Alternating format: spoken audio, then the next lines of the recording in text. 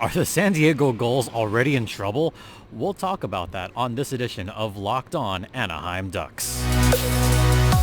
You're Locked On Ducks, your daily podcast on the Anaheim Ducks, part of the Locked On Podcast Network, your team every day.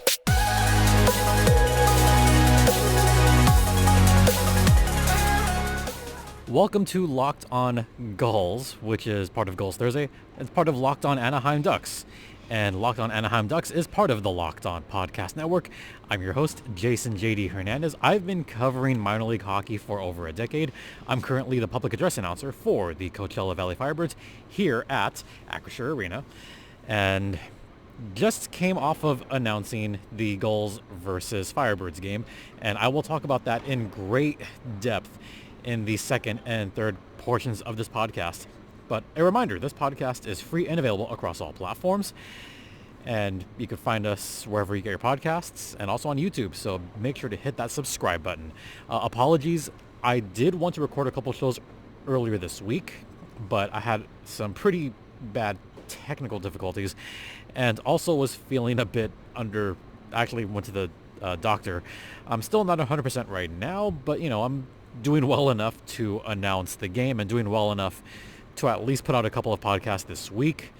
And, still in the final processes of moving, almost over, thank God. So we'll have regular podcasts soon enough. All right. My big takeaway for the last week of Gulls hockey, I know I said this with the Anaheim Ducks, but I'm going to say it with the San Diego Gulls. And that is to have patience. I said have patience with the Ducks, but the Ducks are off to a flying start right now. San Diego, the complete opposite. They had won their first two games, and they've since kind of plummeted in a way. They are currently in the midst of a 7-game losing streak, and I say have patience because a lot of these young kids are still kind of learning right now. Also, this last game, we've had a conditioning loan from Tristan Luneau, who has had some good spurts here and there. But, Luneau is still very young. There's also been the whole thing with Robert Haig, who is now with the San Diego Gulls again. Look, the rosters are going to be weird right now. And I don't think this is the roster that we expected to see in San Diego right now. I know a lot of people were expecting to see Pavel Mintyukov on the Gulls roster, but instead he has flourished in Anaheim. In fact, he's looking at having a stellar start to his NHL career. Good for Minty, but not so good for San Diego because they could surely use a bit more scoring punch, and they could use someone that's going to limit their mistakes. And I say have patience because there's still a lot of young guys in this San Diego roster. Just looking at some of the names that were playing tonight, and I have my little sheet right next to me, you had guys like Ben King, you had Braden Tracy, you had Judd Caulfield, you have Olin Zellweger, Tristan Luneau, Drew Hellison, Tyson Hines. You see where I'm going with this. Even Calle Clang is still a young goalie. Now that Lukáš Dostal will take the number one spot soon enough from Gibby, so no more Lukáš Dostal in San Diego's roster. So now we have Calle Clang and Stalock, who did not play the last game. No Gage Alexander either. So San Diego right now, just very young all over the place. I don't know what needs to be done at this point, except to just have patience, because there's going to be mistakes made, especially the two games against Charlotte. There was plenty of just little mistakes that led to those two overtime losses, especially late in overtime. Just bad mistakes in the overtime period. That's what happens. Even in this game that just took place in Acrisure Arena. Bad mistakes. And you do not want to do that against a Firebirds team that thrives on that. The Coachella Valley Firebirds are one of the best teams at that. If you make any little mistake, The Firebirds will pounce on that. This is something they did all of last season, and they're continuing to do that this season as well. And that's a testament to the coaching staff of Coachella Valley. San Diego is too young to be making those kind of mistakes, especially the first period. There were chances upon chances and too many little just bad choices that happened. I think that second goal I felt was bad management of open ice, because there was just a bad breakdown in the goal zone, and there was a ton of open ice. And as I mentioned, when you make a mistake, the Firebirds make you pay for it. That's exactly what happened. So when you look at this young roster, they're going to make mistakes. That's going to happen. This young team is still learning with each other. What is concerning is that they're making too many of these mistakes right now, which I kind of cannot blame them entirely because they're still so young. But something's got to change over the next few games. Maybe there's going to be some different line changes. Maybe you'll have different personnel come up. Maybe Sasha Pasterjov will play, because Pasta has been absent the last couple of games. In fact, he was healthy scratched on this last game, which boasted an 11-7 roster. That's something that we kind of have to watch out for. And Matt McIlvain has got a tall order against him, because this is also a very tough Pacific Division. You've got two of the best teams in the entire American Hockey League in the Calgary Wranglers and the Coachella Valley Firebirds. They're two of the top teams in the league. They're in your division. Yeah, it's going to be tough. You also have some always tough teams like the Tucson Roadrunners, the Bakersfield Condors, who just got Jack Campbell sent down from Edmonton. But that's a whole different story that I'll talk about next time. So that's also part of it too. San Diego just is in such a tough 10-team division. The only team that's about as bad as them are the San Jose Barracuda, but San Jose is just bad right now, both in the NHL level and the AHL level. So maybe there's some glimmer of hope they can get some games against the Barracuda, win a few, and maybe steal a game or two against some of these other teams like a Colorado, Abbotsford, Henderson, Tucson. They could beat Tucson. They could beat Henderson. They could. Charlotte? Look, Charlotte is a pretty decent team right now. Those were tough games. And I will actually talk about that coming up after the first intermission. So I'll get to those two games quickly, and then I'll talk more in depth about this last game that just took place at Acrisure Arena. So we will get to all of that on the other side. Now a word from Jace Medical. Now, we've spent a lot of time talking together. We get fired up together. We get fired up on wins and losses. Who starts and who sits. And I'm thankful for that connection we have. But I'm going to get a little more personal. Whether you're on extended travel, bracing for a major weather event, or limited by yet another supply shortage, you are covered. Thanks to our partners at Jace Medical. Life-saving antibiotics and a long list of daily medications can be ordered in a 1-year supply, even ED generics. Go online right now at jacemedical.com to receive your 12-month supply on your daily medication. Remember, use promo code LOCKEDON at checkout for a discount as well. A verified customer had this to say about Jace. I'm thankful for the service. Supply chain issues caused me to cut pills in half to have it. I ordered most of my daily meds with a year supply. I also ordered antibiotic kits. I feel secure now. Prices are lower than local pharmacies. I highly recommend this for everyone. So if you or someone you know wants to get some peace of mind by having your year supply of any daily med, go to jacemedical.com to see if it's offered for you. Remember, use promo code LOCKEDON for $20 off your purchase at Jace Medical. Welcome back to Locked On Gulls, which is under the umbrella of Locked On Ducks and part of the Locked On Podcast Network. Once again, you're locked in with Jason JD Hernandez. Let's talk about those two games in Charlotte, because those were painful to watch. It was painful because first game, Gulls had a 3-2 lead going into the third.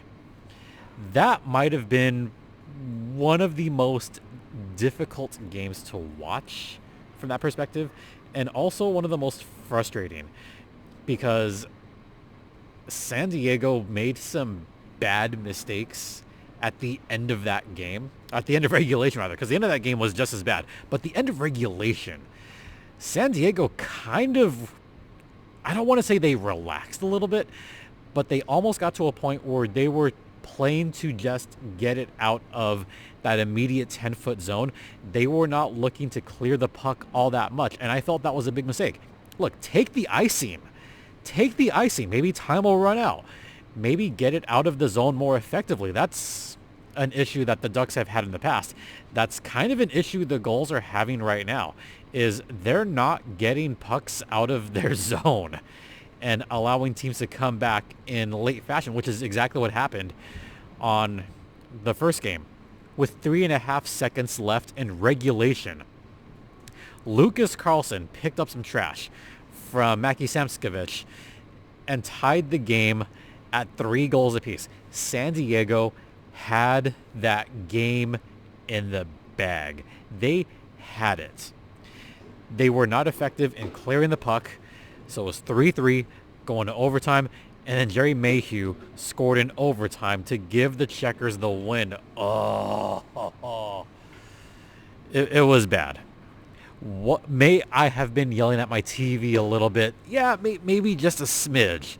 I think my exact words were, are you bleeping kidding me? I think that's what I said at the time.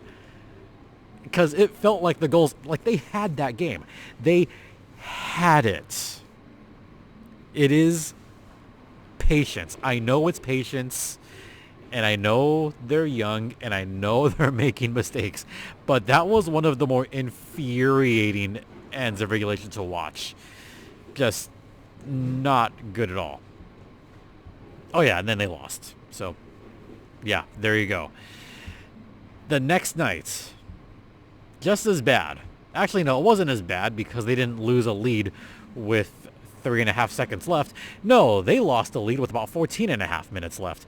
And this was on a not so good call. Actually, the third period had some pretty, I don't want to say bad calls, but just bad discipline. That's what I'm going for. Bad discipline is what happened. You had Trevor Carrick with the cross-check, Tyson Hines with the cross-check, and then you had Pavel Regenda with the delay, like a very ill-timed delay of game that he did not need to take. Pavel Regenda has been pretty solid this season, but that was a bad time to take that penalty and very uncharacteristic of him to just have a bad end to the game, a bad second period and an even worse third period. That's someone that had been leading the San Diego Gulls. To make that kind of mistake, almost unforgivable. And of course, when Charlotte has a 2-man advantage, what do you think is going to happen? Of course the Checkers scored on a 2-man advantage.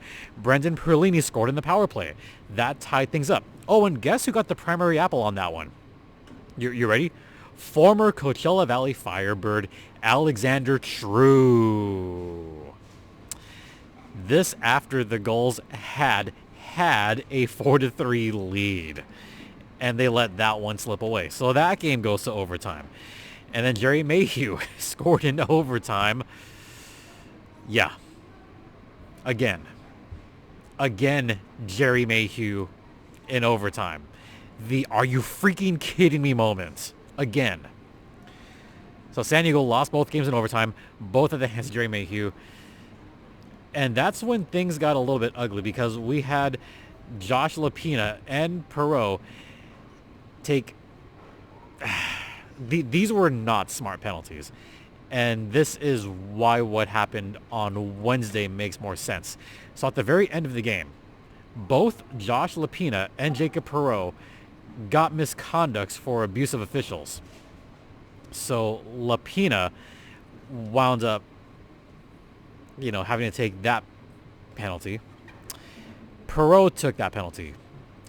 I thought they would get suspended, and they didn't, so they both wound up playing against Coachella Valley. And things just went from bad to worse against Coachella Valley for San Diego, mainly because, well, as I mentioned, lack of discipline, part of it. Another part of it is just Coachella pouncing on mistakes. The first goal, Cameron Hughes kind of crashed the net. That one was very early in the game and kind of caught the San Diego Gulls out of nowhere. That goal, okay, that one's fine. That was also a bad rebound left by Callie Klang, who started the game. Callie Klang doesn't let those kind of rebounds loose, but he did in that case, and that's where Cameron Hughes scored his first goal of the season. And San Diego was skating pretty well later in the first, and then the mistakes happened. The bad breakdown, 2-0 Coachella Valley. And then after that, kind of a weird scuffle in front of the net wound up being a goal for Coachella Valley. Logan Morrison, he scored his second and third goals of the season 4 minutes within each other. That was it, 3-0 Firebirds. And after that, San Diego did come back. Braden Tracy scored his first. And then Olin Zellweger, first off, the Tracy goal, a nice little kind of takeaway from Andrew Agazzino. And Braden Tracy just put it right behind the net. Perfect goal. The Zellweger goal on the power play. Where I'm sitting, I am between the penalty boxes. From my vantage point, that Olin Zellweger shot, even though I'm not on the ice, I can kind of feel the reverberation of that shot. That was a freaking blast. Zellweger just, he rifled it from the blue line, and I could just see it go whiz by. Perfect shot from Zellweger. At first, I thought it was deflected off of Pavel Regenda out in front of the net, and it may have taken a slight deflection off of a Firebirds defenseman. It might have been Ottavainen on there, but, when I looked again from a different angle, it was for sure Olin Zellweger's goal. So that's his second on the power play. 3-2 San Diego. And they had their chances in the third period. They actually made some pretty good shot attempts. And this is where Driegs was good. Driegs was solid in that second, and especially that third period, where I really thought, okay, this is where the Gulls can kind of pounce a little bit on whatever mistakes the Firebirds make. Unfortunately for the Gulls, the Firebirds don't make too many mistakes. They're a very veteran team. They're a Western Conference champion team. They don't make many mistakes. So it was hard for San Diego to find any kind of solid opportunity. And that's kind of how the game ended. Yeah, the Firebirds also had a 5-on-3. Sound familiar? Yeah, it should. Because Charlotte was given a 5-on-3. They scored on that. Coachella Valley was given a 5-on-3. They scored on that. Riker Evans, he scored on the 5-on-3, making it 4-2 Firebirds. That's your final score. Coachella Valley wins 4-2. Coachella Valley now won their 5th in a row, and San Diego has now lost 7 in a row, which begs the question, should we sound the alarms? Should the Gulls really be worried? I don't know. I'm not so sure they should be too worried at this point. It's still very young in the season. There's still a ton of hockey left. It's only been 9 games. Yes, they've won 2 and they've lost 7. I get that. Yes, they are 2-5-2. The 2 overtime losses coming against the Charlotte Checkers. I get that. It's not time to sound the alarm bells yet. There's still a lot of time, and the young guys are going to come through. I mean, let the kids play, but also have patience. Maybe have a bit more patience with the San Diego Gulls team. All right, we're going to head into the second intermission, and I'll talk about what's coming up ahead for the San Diego Gulls on the other side. Stay locked in. Now a word from Parkview Advance. As a business owner, you realize there are times when receivables might fall behind, but that doesn't mean you need to fall behind on vendor payments, payroll, or rent. For more than a quarter century, Parkview Advance has helped businesses secure working capital from $5,000 to $1.5 million. Parkview Advance can approve your working capital in as little as 24 hours. It's a much easier process than you might imagine. We invite the many entrepreneurs that are Locked On NHL fans to learn more by calling us at 203-675-0071 or go to parkviewadvance.com. If your business needs working capital, call Parkview Advance today. Parkview Advance, helping businesses with their working capital. Go to parkviewadvance.com. Welcome back to Locked On Gulls, which is part of the Locked On Podcast Network under Locked On Anaheim Ducks, but it's Gulls Thursday. And this after the San Diego Gulls lose to the Coachella Valley Firebirds here at Acrisure Arena 4-2. Yeah, just one of those games. But I will give credit to some of the young guys that were almost out skating Coachella Valley. And yes, there were some semi-breakaways for San Diego, but Driegs was brilliant. Driegs absolutely held form on this game. So I'll give credit to San Diego for making Coachella Valley sweat a little bit and, you know, making people somewhat worried, but not super worried. You know what I mean? I mean, let's face it, Coachella Valley, again, is a very good team. I should know because I work here. But, yeah, they're solid. They're fine. San Diego, they're still learning. And Matt McIlvain has to readjust a little bit. Maybe readjust his lines and maybe go back to a regular 12-6 and not an 11-7. And I know some of that has to do with personnel right now, but maybe give Pasta some more time coming up. You know, don't relegate him to the bench. But maybe also Pasta's not in tune with whatever system's going on in San Diego. So that could be part of it as well. I'm okay with the top six, but maybe shift them around a bit. You got Pavel Regenda, who's been amazing. Agazino's been good. Perreault's been pretty solid so far this season. Then you have Nestorenko, Godin, and King. Maybe you switch King with Caulfield, who's in the third line. Maybe put him up there. Or maybe move Braden Tracy up, who's also been pretty solid lately. So maybe it's time to make some kind of changes to the top six, maybe move some guys around. As for the defense, I think Tristan Luneau is going to be finishing his conditioning pretty soon. So maybe we'll see a switch in defense as well, with Luneau being gone fairly soon. As far as goaltending, not much can be done there. Callie Klang, still fairly solid so far, but you know, he's still going to make little mistakes here and there. Have patience. As for what's coming up for the San Diego Gulls, they've got a tough schedule. Well, partially tough schedule. Friday, that's coming up very soon. Friday the 10th. The Gulls are home against the Calgary Wranglers. That's going to be a tough game for the San Diego Gulls. Calgary is one of the best teams in the American Hockey League.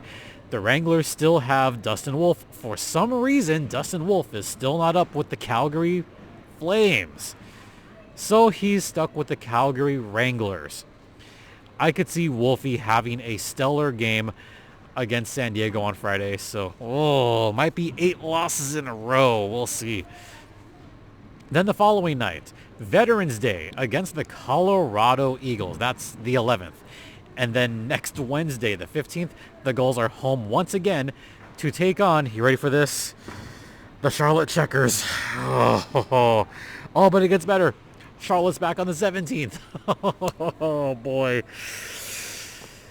Yeah, this is not an easy schedule right now. This is not an easy stretch. They just lost to Coachella Valley. They just lost 2 to Charlotte. They just lost to Henderson, who I think they could have beat. They got walloped by Abbotsford.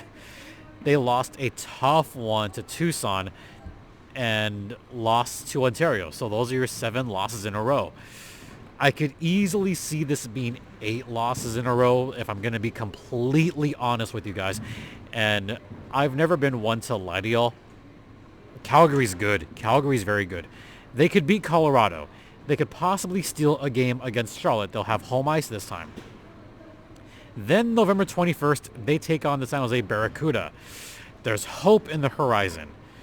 The reason I say there's hope in the horizon because after this tough stretch, they've got San Jose, the Chicago Wolves, the Texas Stars, who are good. They're very good, but they're not as good as some of the teams in the Pacific Division. So they got Texas. Then they got Chicago again. By the way, Chicago Wolves have not been so good this season. Maybe that experiment of being independent not working out for them. So they got 4 against Chicago, Texas, San Jose, Milwaukee, and Rockford. Yeah, Milwaukee, not so great right now. Rockford, pretty decent. There's hope, folks. There's hope. Have patience. Okay. That'll do it for this podcast. Thanks so much for joining me, and thanks for joining me here live at Acrisure Arena. Yeah. Have faith, guys. Have patience. Don't forget, this podcast is free and available across all platforms, including Stitcher, Spotify, Odyssey, Apple Podcasts, Google Podcasts. My personal Twitter's at StimpyJD. The show's Twitter's at LO_Ducks. You could email me at lockedonanaheimducks@gmail.com. And don't forget to find us on wherever you get your podcasts, also on YouTube, and ad-free on Amazon. So check us out there. And once again, thanks to y'all for your continued support. It is so greatly appreciated. Thank you all so very much. For Locked On Gulls, I'm Jason J.D. Hernandez saying have a great rest of the afternoon, evening. Please remember to be safe out there, be kind to one another, and Ducks and Gulls fly together.